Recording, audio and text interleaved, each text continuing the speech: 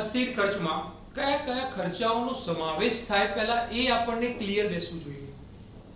તો જે પણ ઉત્પાદન કરી રહ્યા છો એમાં વપરાતા કાચા માલની કિંમત પાછળ થતો ખર્ચ, બળતણ ફ્યુઅલ કોઈ હોય એ પ્રકારનો ખર્ચ થતો હોય, વીજળીનું બિલ એનો ખર્ચ થતો હોય, એ રીતે વાહન વ્યવહારનો ખર્ચ, તમને શ્રમિકોને જે કાયમી નથી પણ હંગામી ધોરણે તમે કર્મચારીઓને રાખો છો તો એમને ચૂકવાતું વેતન એ તમારો અસ્થિર ખર્ચ કહેવાશે.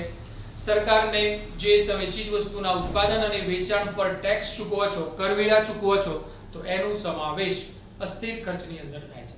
સમયના ટૂંકા ગાળામાં ઉત્પાદન વધતા ખર્ચ વધે છે, ઉત્પાદન ઘટતા ખર્ચ ઘટે છે અને ઉત્પાદન જો શૂન્ય થાય છે તો ખર્ચ પણ શૂન્ય થાય છે. તો તેવા ખર્ચને અસ્થિર ખર્ચ કહે છે.